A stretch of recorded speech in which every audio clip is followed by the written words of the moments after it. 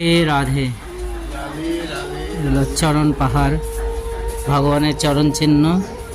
যখন ভগবান গোচারণ করতে এসেছিলেন তখন ভগবানের মুরলীর ধরিন্দে বংশী ধ্বনিতে পাথর গলে গিয়েছিল, আর পাথর গলে গিয়ে সেই পাথরে গোবিন্দের চরণ চিহ্ন অঙ্কিত হয়ে গেছে। সেটাই এখন ভক্তরা দর্শন করেন, আর দর্শন করেই কৃপা লাভ হয়ে যায়। রাধে রাধে। রাধা দামোদর কি জয়। জয়। করেছেন ওখানে একটু ইয়ে আছে, নিজের জায়গা আছে।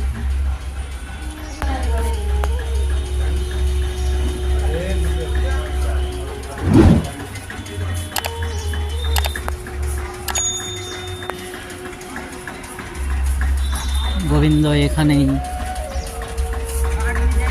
গোচারণ করতে আসতেন।